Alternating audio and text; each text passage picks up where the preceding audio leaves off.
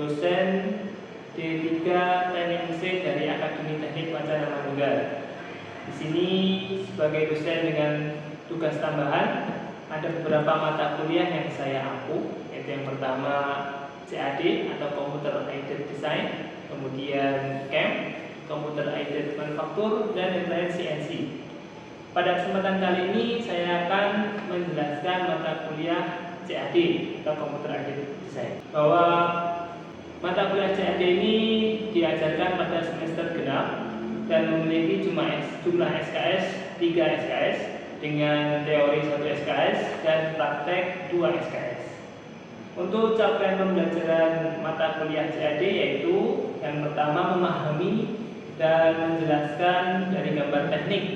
Kemudian yang kedua yaitu mampu menggunakan aplikasi software CAD. Yang ketiga, mahasiswa mampu menggunakan aplikasi software CAD tersebut dalam mendesain alat yang tepat. Berikut deskripsi dari mata kuliah CAD, yaitu yang pertama mengenai fungsi gambar dan juga alat-alat gambar. Yang kedua mengenai macam-macam garis serta ukuran kertas yang biasa dipakai. Kemudian yang ketiga yaitu tentang proyeksi Eropa dan juga proyeksi Amerika. Untuk yang keempat tentang point of view dan penggunaannya, pengaplikasiannya. Yang kelima mengenai dimensi. Yang keenam tentang toleransi, dan yang ketujuh tentang simbol pengerjaan. Itu yang kedelapan yaitu pembuatan etiket dan sudah dilaksanakan atau dilakukan pada software CAD. Kemudian yang 9 yaitu pembuatan gambar dengan proyeksi Eropa. Yang 10 pembuatan gambar pada software CAD dengan proyeksi Amerika. Yang 11 pembuatan dimensi dan juga gambar drafting 2 dimensi. Kemudian 12 pembuatan toleransi pada software CAD. Yang ke-13 pembuatan simbol pengerjaan, dan yang terakhir 14 yaitu plotting atau print hasil dari gambar yang sudah didesain. Untuk sistem pembelajaran yang saya sampaikan yaitu dengan hybrid, masih ada sesi daring, yaitu daring dengan materi melalui Google Classroom. Kemudian ada sesi luring, yaitu dengan tatap muka dan praktikum dengan mahasiswa. Mengenai metode pembelajaran yang kami sampaikan yaitu dengan berian ceramah, yaitu menyampaikan materi langsung kepada mahasiswa. Kemudian yang kedua yaitu praktikum, mahasiswa menggunakan software CAD dan kita melaksanakan sesuai dengan modul praktikum. Kemudian yang ketiga yaitu diskusi, di mana diskusi ini mahasiswa dibikin dalam sebuah kelompok, kemudian diberikan sebuah permasalahan sehingga mahasiswa bisa membuat ide tentang sebuah alat yang bisa bermanfaat atau tepat guna. Di mana tujuan dari diskusi ini menumbuhkan jiwa kreatif, inovatif, dan juga kritis dari mahasiswa tersebut. Berkenaan dengan project based learning yaitu PBL yang sesuai dengan kampus vokasi. Nah, salah satu yang dapat kami contohkan yaitu dengan melaksanakan reverse engineering dalam pembuatan klep kompresor, di mana klep kompresor ini sudah tipe lama dan suhu cadangnya sudah susah untuk ditemukan di pasaran, sehingga mahasiswa diminta untuk berdiskusi dan untuk mencoba menggambarkan kembali bentuk dari klep kompresor tersebut. Kemudian untuk persiapan mata kuliah, kami membuat sebuah bahan ajar, materi-materi yang bisa dirangkum, bisa dipelajari mahasiswa, dan kemudian membuat sebuah modul praktikum. Dalam pelaksanaan praktikum mahasiswa ada step by step dalam pengerjaannya, keduanya sesuai dengan RPS. Untuk sistem penilaian dalam kampus kami yaitu absensi mendapat nilai 30%, kemudian tugas 15%, untuk ujian tengah semester 25%, dan untuk yang terakhir ujian akhir semester 30%. Di mana mahasiswa yang memiliki nilai yang sedikit atau tidak lolos dapat melaksanakan remedial dengan mengikuti ketentuan dari program studi Teknik Mesin Akademi Teknik Wacana Manunggal. Baiklah, berikut ini video pembelajaran di laboratorium komputer Akademi Teknik Wacana Manunggal dalam mata kuliah Computer Aided Design. Assalamualaikum warahmatullahi wabarakatuh. Terima kasih teman-teman semua sudah bisa hadir lagi dalam perkuliahan kita di mata kuliah CAD. CAD apa singkatannya? Tahu? Komputer science design. Jadi kita buat desain yang dibantu dengan software dari komputer. Sebenarnya ini nanti akan saya jelaskan. Sebenarnya CAD ini perkembangan dari gambar teknik ya. Dulu gambar teknik itu kita pakainya rapido, pakai penggaris, pakai mal, pakai susur. Ya sebelum sampai ke sana, saya ulangi dulu. Kemarin ada beberapa mahasiswa yang hadir untuk kontrak kuliah kita dari mata kuliah CAD, yaitu untuk pertemuan tatap mukanya untuk mahasiswa minimal 14 kali pertemuan ya tatap muka. Kemudian izin tidak dapat mengikuti pertemuan maksimal 2 kali. Untuk penilaian nanti berdasarkan petunjuk dari Pak Kaprodi bahwa penilaiannya 30% untuk absensi, 15% tugas, 25% UTS, dan 30% untuk ujian akhir semester. Untuk indeks nilai bisa dilihat sendiri bahwa kalau masuk pengen nilainya yang bagus, ya masuk di rentang 80-100 ya, biar nanti indeksnya bisa A. Dan turun menurut indeks yang ada. Untuk sumber referensi yang utama dari AKSI 1 yaitu menggambar mesin menurut standar ISO. Jadi di sana kita belajar fungsinya garis seperti apa, kemudian toleransi, kemudian proyeksi, umumnya dan yang lain. Boleh juga dicari referensi yang terbaru. Mungkin dari internet kalian bisa dapat ilmu-ilmu yang baru. Nanti kita bisa mengambil juga dari handbook yang diikutkan dalam software nanti, software CAD. Nah, sistem pelajarannya nanti kita ada 2 tahap. Mungkin bisa dengan luring seperti ini tatap muka. Kita ada teori, kemudian nanti dilanjutkan dengan praktikum. Bisa juga nanti apabila ada halangan kita bisa laksanakan dengan daring. Jadi nanti melalui Google Classroom ya. Oke, untuk kontrak kuliahnya sudah dimengerti ya. Bisa kita lanjutkan. Yang kemarin itu sudah masuk ke materi pertama, yaitu untuk pengenalan fungsi gambar teknik, alat gambar dan juga macam-macam garisnya.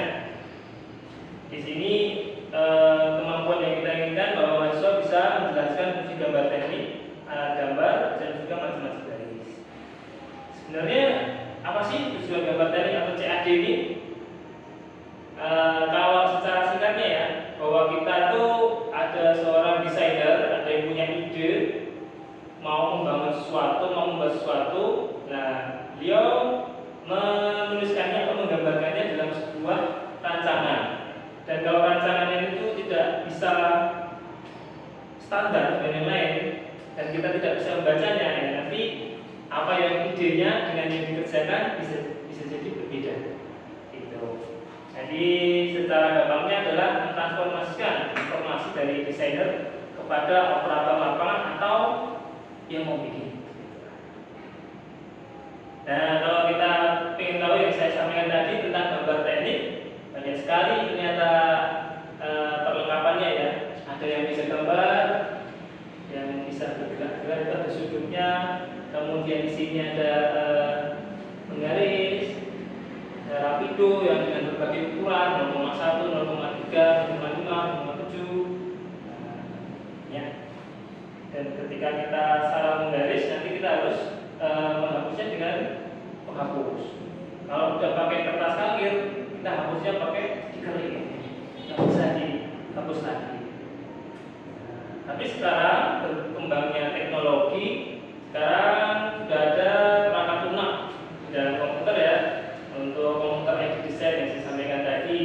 Jadi kalau ada yang salah, ya tinggal diklik, delete, sudah aman. Kalau ada revisi, tinggal kita buka lagi softwarenya, kita perbaiki lagi.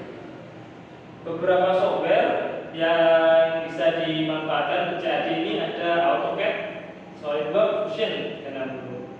Teman-teman ada yang sudah pernah pakai? Yang mana tadi yang pernah pakai? Ya, AutoCAD. Ya, AutoCAD, SolidWorks. Yang Fusion sudah pernah pakai belum? Belum, Pak. Belum ya. Ya, nanti kita belajar bersama. Mungkin di awal kita belajar tentang Fusion dulu karena memang baru. Kemudian nanti kalau bisa di pertengahan semester nanti lah, lebih terbiasa.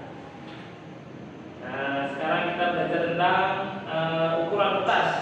Biasa kalau kita bikin di proyek-proyek itu sering pakai ukuran kertasnya A3 biasanya seperti ini. Saya tadi bawa contoh sebuah proyek tentang pembangunan gedung. Jadi memang salah satu fungsi dari gambar teknik ketika kita mau menggambar gedung misalkan, di situ akan tertera ini ukurannya, panjangnya, lebarnya, tingginya. Jadi semuanya tertera di sini.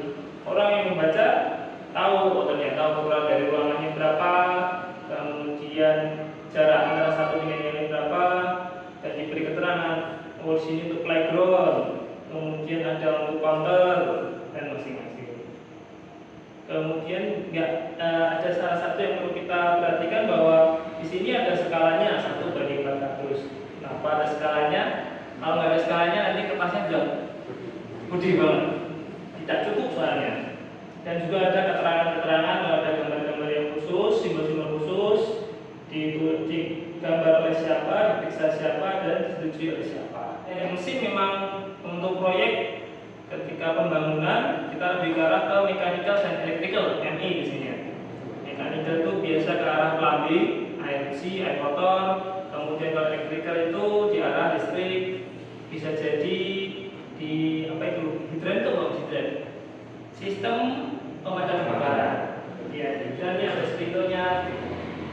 Nah, dalam gambar tadi tersebut dia diberi dalam bentuk A3 ya.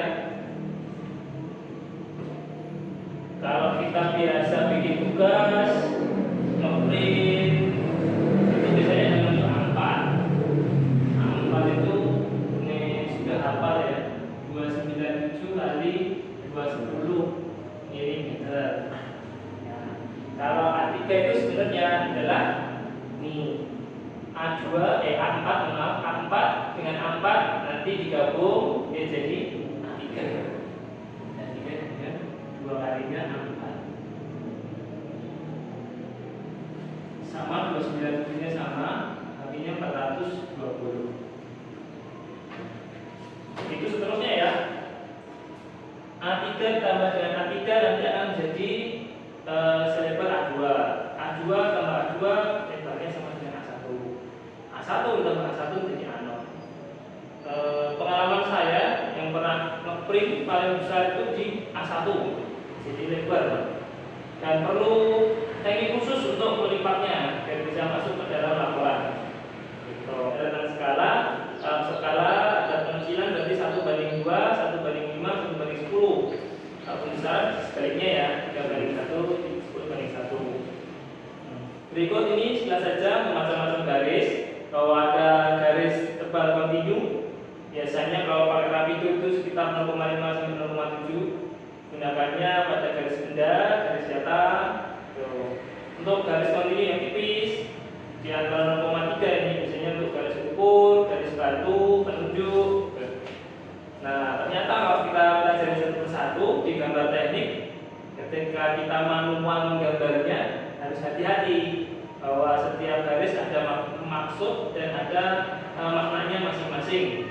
Seperti garis titik garis ini menunjukkan garis sumbu, berarti benda itu kalau kita lihat sekilas kan seperti ini. Kalau 2D ya, dimensi ya. Kemudian garis titik bendanya kelihatan sebagai sebuah silindris. Nah, jadi penggunaan garis itu ada makna masing-masing. Begitu juga dengan ini ada berbagai macam contohnya tentang garis kontinu bebas. Zigzag ini biasanya untuk menunjukkan garis potong. Jadi benda yang terlalu panjang bisa kita potong, kemudian kita kasih dimensi dia sepanjang yang diinginkan. Berikut beberapa contoh ya. Ini saya tampilkan contoh saja. Ada sebuah benda. Kalau kita lihat secara 3 dimensi itu dari sini dibuat memang berwarna-warni agar kita bisa membayangkan ini bagian mana, bagian atas, bagian depan, bagian belakang. Ini akan kita pelajari juga dalam proyeksi. Nah, dari sini kita lihat ada dimensinya, kemudian keterangannya radius. Ini adalah tampak depan, kemudian tampak atas dan tampak samping. Di situ apabila gambar 3 dimensi ini kita tutup dan kita lihat di gambar 2 dimensi tampak ini, kita bisa membayangkan. Nah, kemampuan itulah yang ingin kita tekankan pada mahasiswa biar bisa mengetahui dari gambar teknik itu bisa diaplikasikan, bisa membayangkan sebenarnya 3 dimensinya seperti apa. Berikut kalau yang ini contoh yang lain, dia hanya tampak atas dan juga tampak depan sudah cukup karena bendanya adalah benda yang simetris dan ini ada potongan di titik sumbu A dan A ya. Potong biar dia ketahuan kedalaman dari lubang gitu.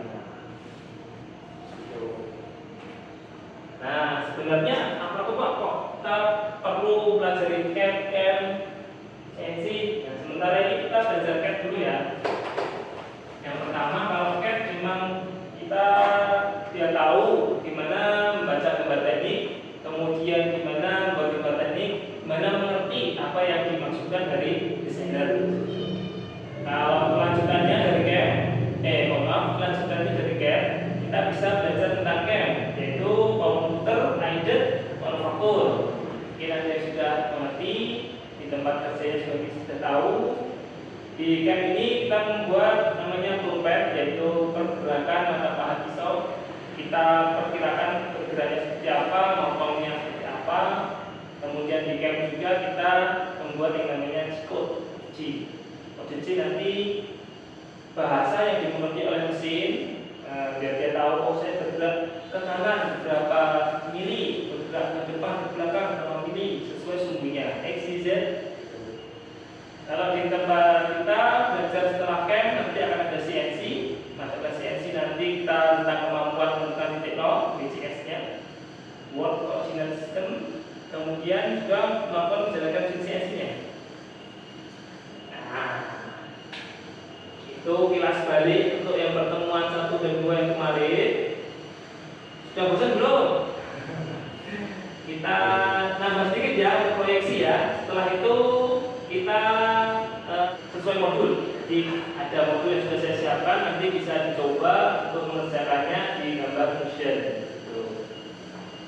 Baik, untuk yang di pertemuan selanjutnya ini, bahwa keinginannya adalah tujuannya mahasiswa mampu menjelaskan dan bergambar dengan proyeksi Amerika, Eropa, serta pandangan point of view ya.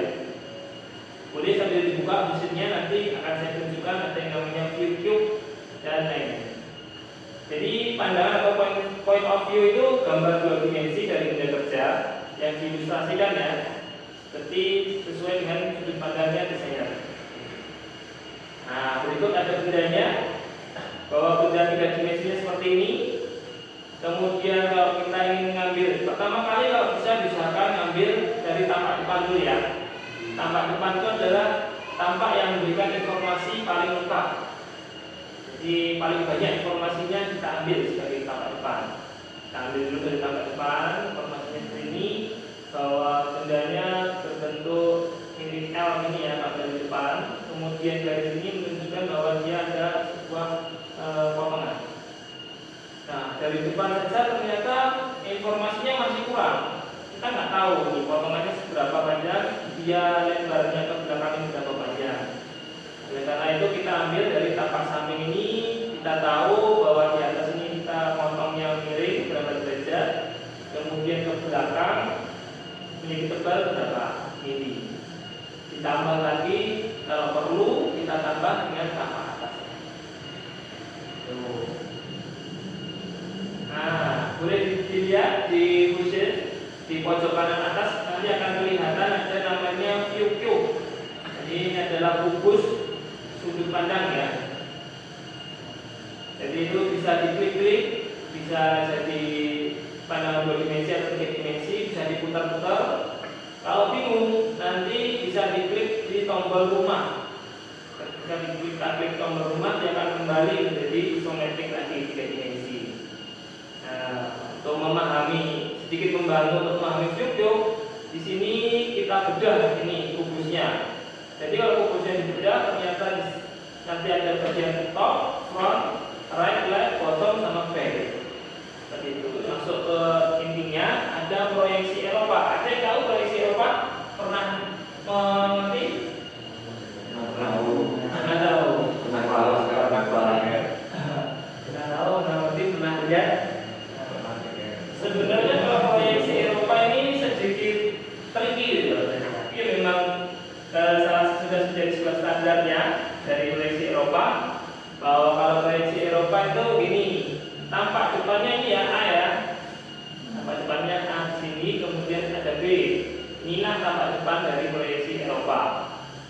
Oke, tampak depannya sama ya, ada masalah kayak tadi. Kemudian kita ambil namanya samping kanan, tampak samping kanan F, B, E. Nah, inilah untuk proyeksi Eropa, dia tampak samping kanannya, tapi ditaruh di sebelah kirinya, enggak di samping kanan. Nah, begitu pula kalau kita lihat tampak atas, dia ditaruhnya di bagian bawahnya dari tampak depan. Itu bahasa gampangnya untuk mengerti dari proyeksi Eropa. Jadi malah kebalikannya, harusnya kita lihat dari atas, taruhnya malah di bawah. Nah, kalau dari simbolnya ada kan seperti di gambar itu pasti ada simbol yang menunjukkan dia pakai proyeksi Eropa atau proyeksi Amerika. Dari proyeksi Eropa ini simbolnya ketahuan nih. Kalau kita sudah memahami garis tadi, kita tahu bahwa kedua lingkaran ini sebenarnya digambarkan dengan garis tebal kontinu ya, tebal. Berarti menandakan bahwa benda nyatanya tidak terhalang.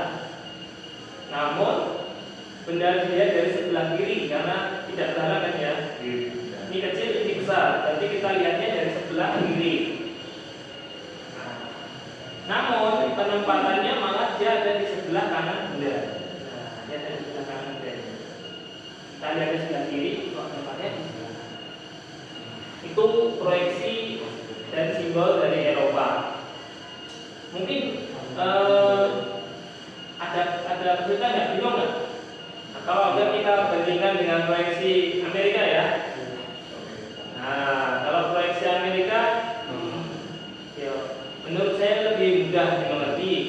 Nah, kalau di sini kita lihat depan, tampak depan sama. Untuk tampak samping kanan, taruhnya juga di samping kanan. Tampak atas, taruhnya juga di atas. Untuk mudahnya seperti itu. Untuk yang tahu tentang kuadran-kuadran, nah berarti kalau proyeksi Amerika itu diletakkan di kuadran beda. Beda ya dengan yang tadi. Kalau tadi lingkarannya ada di sebelah kanan. Kalau di proyeksi Amerika letaknya tetap di sebelah kiri. Nanti bermasalah nggak Pak kalau kita keliru memahami proyeksi ini? Ya bisa jadi ada problem nanti. Harusnya ada yang di kiri, malah bendanya di kanan. Kita lihat kan karena kita pakai SolidWorks untuk gambar, kemudian untuk CAM-nya kita pakai Mastercam, jadi ada dua software yang berbeda. Kalau yang ini ketika kita coba diklik di sini desain mas, coba diklik kita ke manufaktur. Nah, kelebihannya dari itu dia bisa langsung kita menentukan toolpath-nya untuk CAM. Kemudian coba kita ke desain belajar. Dan dia juga punya kelebihan kalau education itu tahun itu bisa education license bisa gratis dipakai. Terus kalau masih kuliah di tempat yang sama atau sekolah yang sama bisa dipakai. Coba digambarkan dulu, nanti kita pakai biasa ya kalau di SolidWorks ada sketch itu ya. Gambar sketch. Nah, kita gambarnya pakai pandangan depan, oke. Cukup kok gambarnya kita kotak dulu. Di modulnya ada kan tadi? Ada. Nah, jadi kotaknya ada beberapa itu. Di situ ada rectangle aja. Ada yang center ya. Iya. Kalau Kita ke tengahnya dulu, nanti kita geser. Jadi dia kotaknya di tengah-tengah.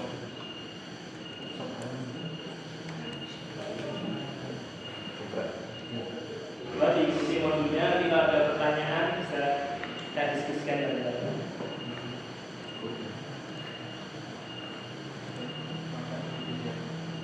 Sudah absen semua ya? Sudah.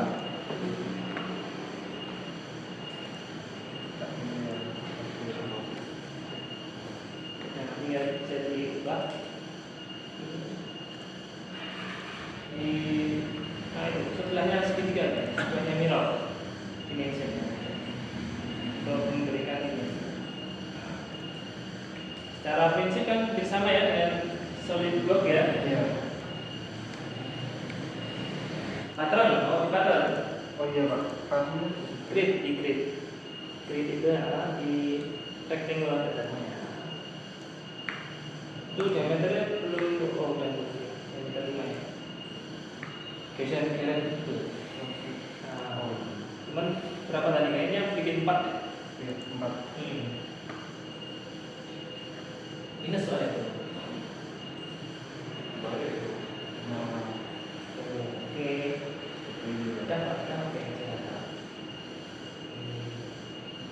Jadi terus kalau udah di finish kan?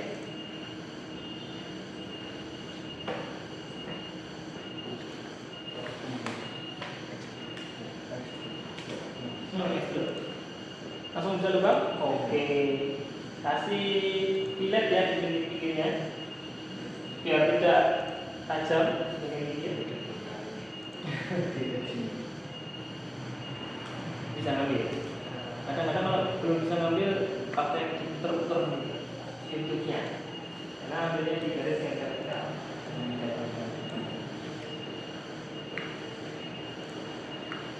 Tuh, yang sini juga mas. Sini, sini. Pojok nanti kira di 3. Pakai filet. 3 atau nomor? 3. Pojok umur. Filetnya di depan sini.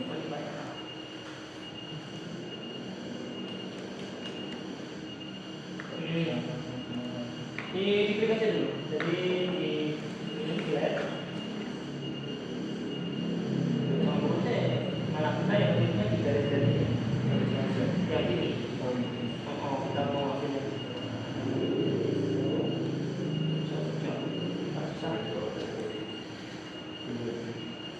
Tapi fungsinya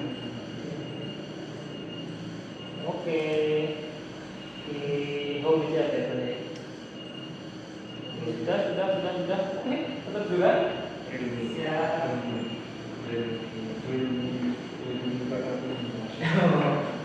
Emang benar seperti merek apa ya? Mungkin ini mau bikin soft case-nya. Baik, demikian diskusi singkat. Semoga memberikan gambaran kegiatan bidang pendidikan dosen Diplomatika Teknik Mesin, terutama pada mata kuliah Computer Aided Design. Atas perhatiannya saya ucapkan terima kasih. Tetap semangat membangun kreativitas dan inovatif dari mahasiswa. Semoga video ini dapat bermanfaat. Saya Dimas Ardiansyah Halim mohon pamit. Wassalamualaikum warahmatullahi wabarakatuh.